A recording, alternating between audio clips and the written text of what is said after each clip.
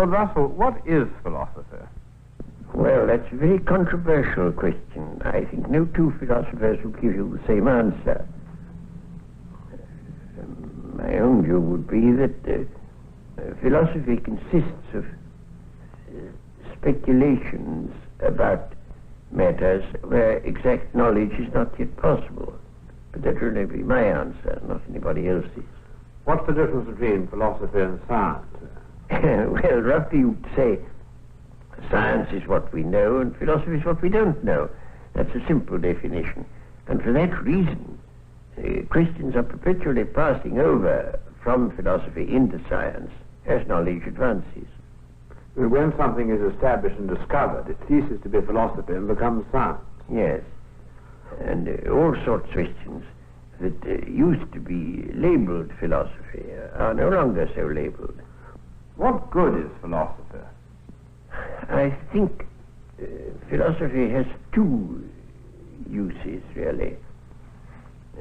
One of them is to keep alive speculation about things that are not yet amenable to scientific knowledge. After all, scientific knowledge covers a very small part of the things that interest mankind and ought to interest them. There are a great many things of immense interest about which science, at present at any rate, has nothing to say. And I don't want people's imaginations to be limited and enclosed within what can be now known. And I think to enlarge your imaginative purview of the world into the hypothetical realm is one of the uses of philosophy. But there's another use which I think is equally important, which is to show that there are things we thought we knew and don't know. On the one hand, to keep us thinking about things that we may come to know, and on the other hand, to keep us modestly aware of how much that seemed like knowledge isn't knowledge. Could you give some illustrations of the sort of subjects which have been speculated about and then produce some material result later? Yes, it's quite easy to do so, especially from Greek philosophy. The Greeks invented a whole lot of hypotheses which turned out valuable later, but which in their day couldn't be tested. Take, for example, the atomic hypothesis. Democritus invented the atomic hypothesis that matter consists of little atoms. And after about 2,000 years, rather more than that, it turned out that this was the right scientific view. But in his day, it was merely a suggestion. But didn't Plato think that Democritus's theory about atoms was a lot of nonsense? Plato was horrified by him, said all his books ought to be burnt, because Plato didn't like science. He liked mathematics, but he didn't like anything else that was scientific. Now, in this way, philosophy, in a sense, becomes a kind of servant of science. Well, that's part of it. But, of course, it isn't only a servant of science, because there are a number of things that science can't deal with. All questions of values, for example. Science won't tell you what is good and what is bad. Tell you what is good or bad as an end, and not just as a means. But what change has there been over the years in the attitude of philosophers and the public to philosophy, would you say? Well, that depends upon the school of philosophy that you're thinking of. In Plato and in Aristotle, both of them, the main thing was an attempt to understand the world. And that, I should say personally, is what philosophy ought to be doing. But then you come on to the Stoics, and their emphasis was mainly on morality. That you ought to be stoical, you ought to endure misfortunes patiently. And that came to be the popular use of a philosopher. Would you say that Marx was a philosopher? Well, he was certainly in a sense a philosopher. But now there you have an important division among philosophers. There are some philosophers who exist to uphold the status quo, and others who exist to upset it, and Marx, of course, belongs to the second lot. For my part, I should reject both those as being not the true business of a philosopher. And I should say the business of a philosopher is not to change the world, but to understand it, which is the exact opposite of what Marx said. What kind of a philosopher would you say you are? Well, the only label I've of is logical atomist, but not very keen on the label. I've rather avoided labels. What does that mean, a logical atomist? It means, in my mind, that the way to get at the nature of any subject matter you're looking at is analysis, and that you can analyze until you get to things that can't be analyzed any further, and those would be logical atoms. I call them logical atoms because they're not little bits of matter. They're the, so to speak, ideas out of which a thing is built up. What is the main trend of philosophy today? Well, one would have to distinguish there between English-speaking countries and continental European countries. The trends are much more separate than they used to be, very much more. In English-speaking countries, and especially in England, there is a new philosophy which has arisen, I think, through the desire to find a separate field for philosophy. In what I was saying a moment ago, it would appear that philosophy is merely incomplete science, and there are people who don't like that view. They want to have science have a sphere, philosophy have a sphere to itself.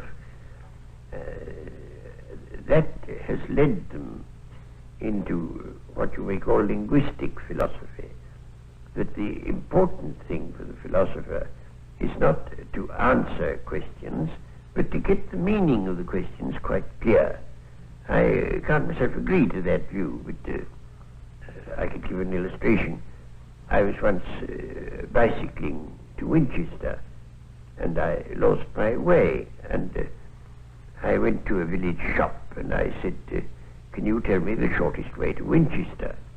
And the man I asked called to a man in a back region whom I couldn't see. Gentleman wants to know the shortest way to Winchester. And the voice came back, Winchester? Aye. Way to Winchester?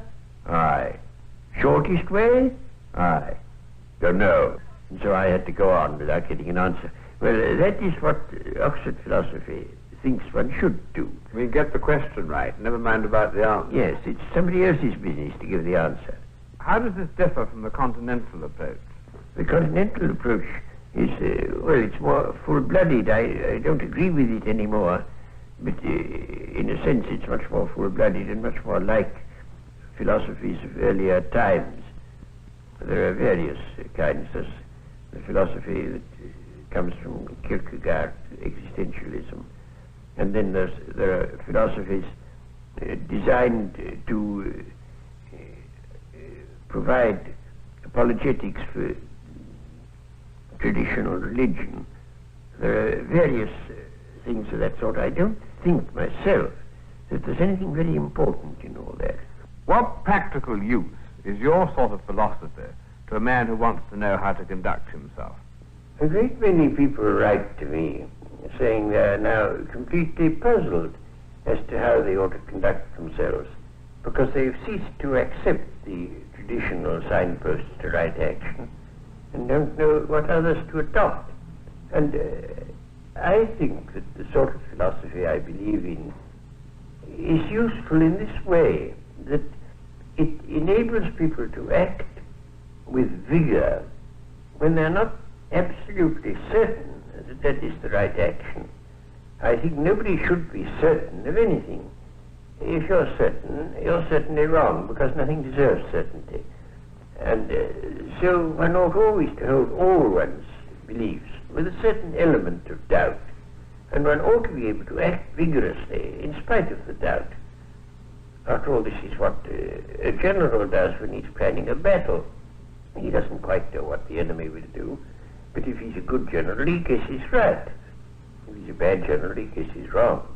But one has, in practical life, to act upon probabilities. And what I should look to philosophy to do is to encourage people to act with vigor, without complete certainty. Yes, but now, how about this business, though, of making people so uncertain about things they'd sort of believed and had faith in? Doesn't that rather disturb them? Well, it does for a time, of course. And I think a certain amount of disturbance is an essential part of mental training. But if they have any knowledge of science, they get a ballast which enables them to avoid being completely upset by the doubts that they ought to feel. What do you think is the future of philosophy? I don't think philosophy can in the future have anything like the importance that it had either to the Greeks or in the Middle Ages. I think the rise of science inevitably diminishes the importance of philosophy. Well, would you summarize the value of philosophy? First, because, as I say, it keeps you realizing that there are very big and very important questions that science, at any rate at present, can't deal with, and that a scientific attitude by itself is not adequate. And the second thing it does is to make people a little more modest intellectually and aware that a great many things which have been thought certain turned out to be untrue, and that there's no shortcut to knowledge, and that the understanding of the world, which to my mind is the underlying purpose that every philosopher should have, that is a very long and difficult business about which we ought not to be dogmatic. Thank you, Lord Russell.